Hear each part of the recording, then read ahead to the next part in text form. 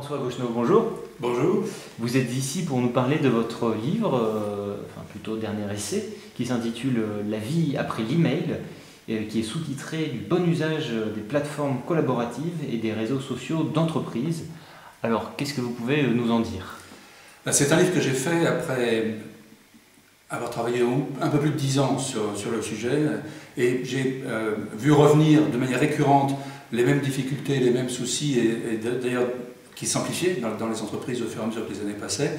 Et je me suis dit qu'il y avait là une matière non seulement professionnelle, mais une matière humaine, sociale, très importante à aborder, d'autant que tout se passait pour moi comme si le corps social, professionnel devenait malade, et qu'il y avait un mauvais diagnostic qui était fait sur cette maladie, et donc de mauvais remèdes qui étaient appliqués depuis.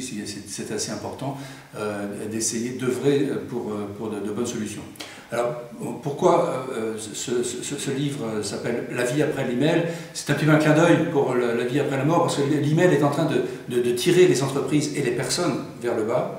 Et d'ailleurs, c'est un livre qui ne s'adresse pas seulement aux entreprises, qui s'adresse à chaque personne qui a une activité et qui travaille un petit peu avec l'email, enfin, qui a des relations avec les gens. Alors, pour les relations privées, ce n'est pas tellement un problème, mais dans les relations dans le travail, on constate aujourd'hui de manière absolument dramatique un surcroît de stress dans les entreprises et une chute absolument abyssale de la productivité intellectuelle. Pourquoi? Parce que les gens sont de plus en plus confrontés à la dictature de l'instant.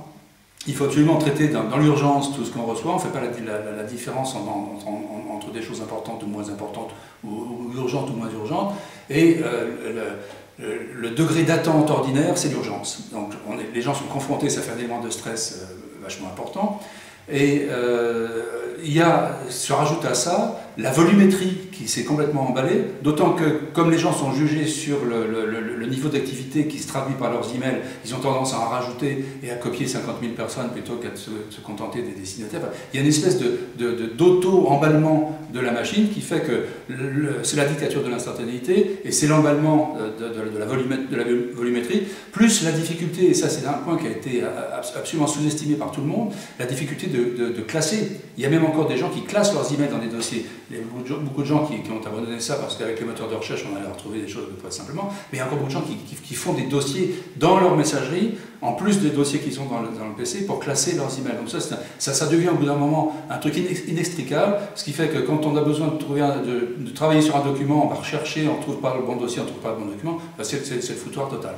Alors, on pourrait parler des heures de ce diagnostic, mais ce que j'en retire, moi, c'est que la faute, l'origine du mal est structurelle. C'est pas lié à des méthodes de management qui seraient trop dures ou des gens qui ne sont pas assez motivés ou qui n'ont pas assez de compétences.